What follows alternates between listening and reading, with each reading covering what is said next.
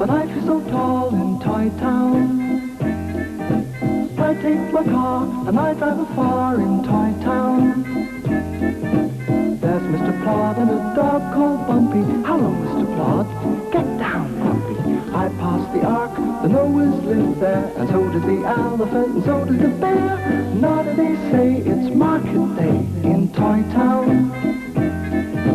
If you have the fare, I'll take you there through Toy Town. There's Biggers who lives by the old oak tree, and we have adventures, Biggers and me. Why don't you come and join in the fun? Just follow me, 'cause it's only begun.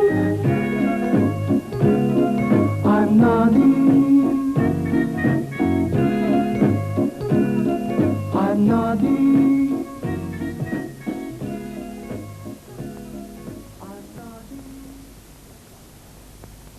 When Noddy woke up, he knew it was a special day, his special shopping day. He was counting the pennies he had saved when the milkman called. 1 pint or 2? 3, please. You're very rich. Yes, I am, aren't I? Time for an ice cream, Noddy thought. Lovely, isn't it? Katie and Tessie were licking their ice creams. Thank you for inviting us, they said. Sailor Sam cycled past. He's in a hurry, isn't he? Katie said.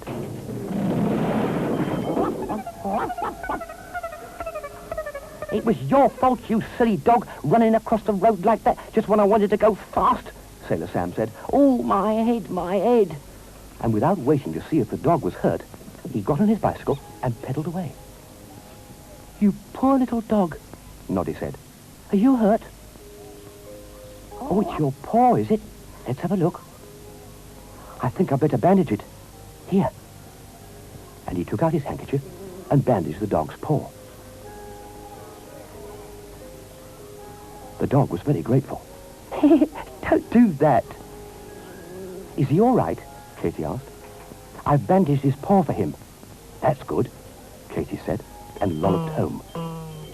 Don't jump over any lampposts, Tessie called after her. Let's go home, Noddy said. He'd forgotten about his shopping. Noddy dropped Tessie at home and then drove out to Big Ear's toadstool house.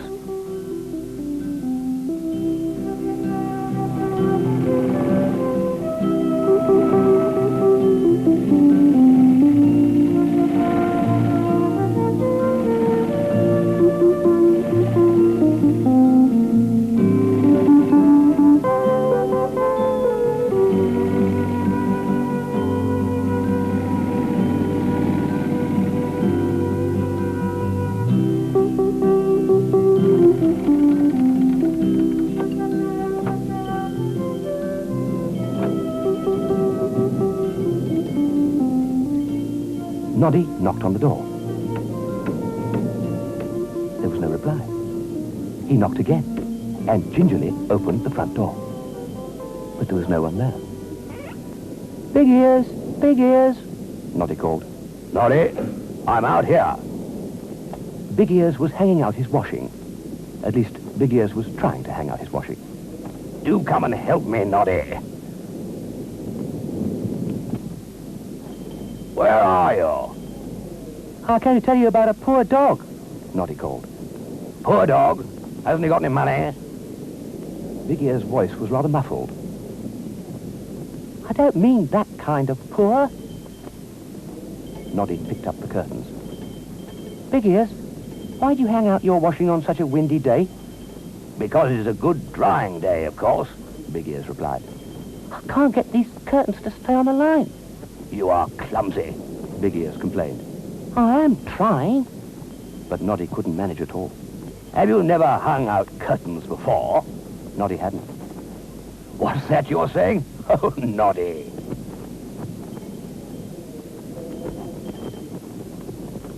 You better get that clothes peg back, Big Ears said. Oh, all right.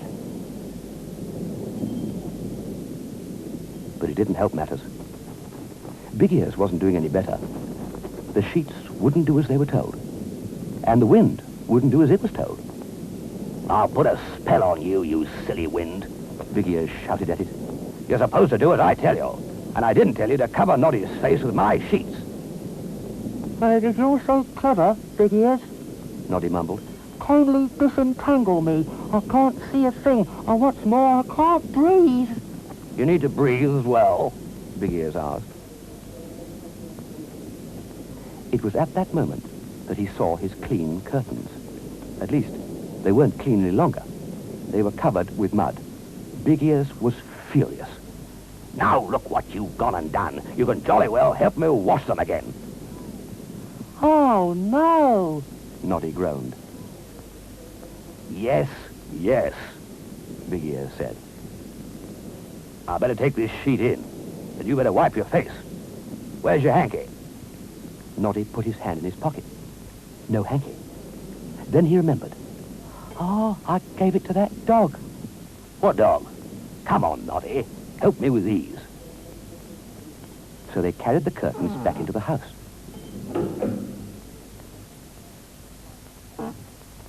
Noddy had had enough.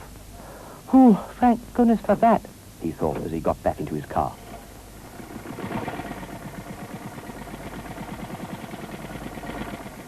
You never told me about that dog, Big Ears called after him. Oh, I wonder why. He was very puzzled. The next morning, Noddy was cleaning his car when someone came running up. "Oh," said someone. Noddy fell flat on his face. Oh, it's you again, is it? Is your paw better? "Ruff," the dog said, and tried to lick Noddy's face. Have you brought my hanky back? Noddy asked. And the dog gave a sad ruff. Oh, never mind. I'm glad your paw's better. Goodbye, dog. And Noddy got into his car. He pulled the starter, and then he looked at the dog. Oh, all right, he said with a sigh. You'd better get in. Ruff! You're a very insistent dog, aren't you? Ruff! The dog said. They were just starting when they saw Mr. Plod. Noddy couldn't resist it. He drove round and round Mr. Plod, and as he drove, he made up a poem. I like your helmet, Mr. Plod. I like your funny nose. And if I peeped inside your boots, perhaps I like your toes. I like your big and boomy voice. I like your buttons bright. But, Mr. Plod, I would not like to dream of you at night. Mr. Plod wasn't a bit pleased. Move along, he shouted. But Noddy kept driving round and round. I'm not a roundabout, I'll have you know. If you don't stop treating me as one, I'll have you for a traffic offence. I'll imprison you if you don't stop. So Noddy stopped. Time to go home, you bumpy dog, he said. You've had your ride. Goodbye, Miss Plod. Happy dreams. Noddy was going to bed that night when he heard a funny sort of scratching noise outside the door. Oh, I wonder what that is, he thought.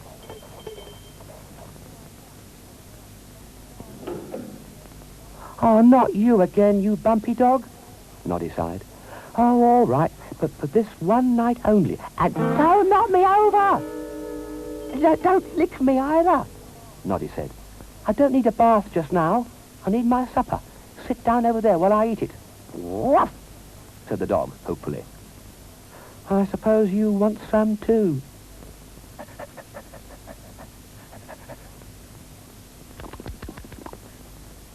Now, Noddy said, when they'd finished, tomorrow I really am going to do my shopping. He picked up his piggy bank. There's still lots there, he said, and put it safely away. And then Noddy went to bed. At least, he tried to go to bed. But every time he tried, the dogger got there first. No, I'm not having that. You'd better go back home. And he put the Bumpy Dog outside.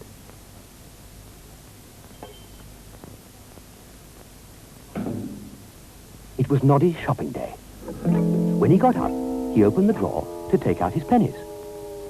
Noddy stared. His piggy bank had gone. Mr. Plod was summoned. Hello. A clear case of burglary, he said. I shall require a full statement. Please find the thief. Dear Mr. Plod. I worked so hard for all that money. Pity you didn't keep that dog. He would have guarded you. It's considered advisable on this beat. But Mr. Plod never said what was considered advisable. Mr. Plod was flat on his back. What are you doing on the floor? Noddy asked. Mr. Plod got up. Where's my helmet? He sobbed. Give it here at once. That helmet belongs to Toy Town Constabulary. At once. But Bumpy Dog took no notice and ran outside into Tessie Bear's garden.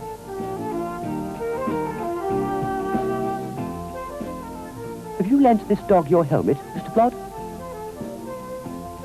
Certainly not. I think he wants to bury it. He thinks it's a bone, Tessie said.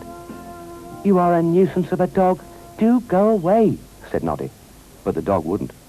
And he wouldn't give Mr. Plod his helmet either. If you don't get rid of that dog, Noddy, Mr. Plod said, I shan't help you find your money. I am not obliged to assist in cases of gross negligence. Come on, Noddy said to Bumpy Dog. give Mr. Plod his helmet. Please.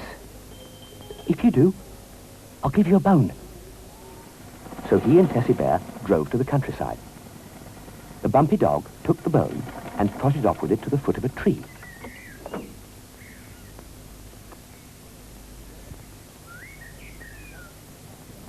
He began to dig and scrape, sending earth flying all over Noddy and Tessie Bear. I'm glad you're not my dog, Noddy said, as he and Tessie Bear cleaned the wet mud off themselves. How dare you? How dare you? A nasty-looking goblin in a red hat was advancing towards them. Stop that dog. Stop him at once. Why should we? Noddy demanded. He's not doing any harm. Just tell him to stop digging, the goblin shouted. The dogwood don't belong to you. Nor does that piggy bank, Tessie shouted. It's Noddy's. That wicked goblin must have stolen it. Gobbo made himself scarce, but the Bumpy Dog wasn't going to let him get away.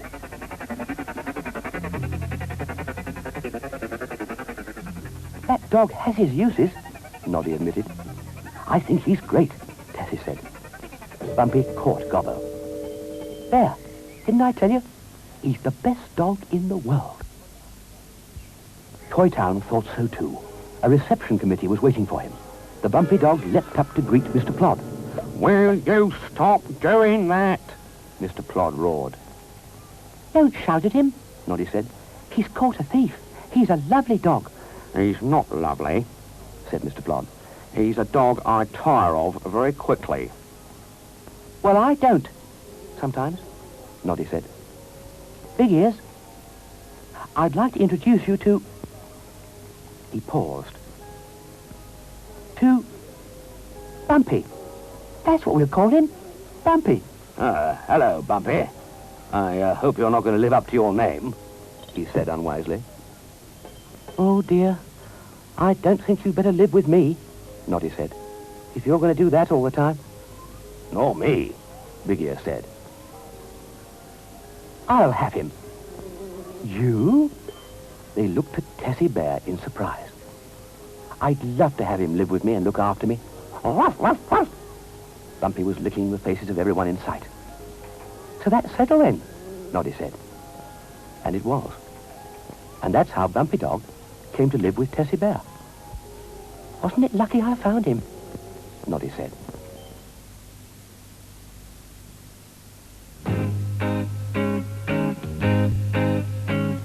It's been a lovely day, now we have to go away. But we'll see you very soon in Toy Town. We'll be back another day, come and join us so we may see you very soon again in Toy Town. It's been a lovely day, now we have to go away. But we'll see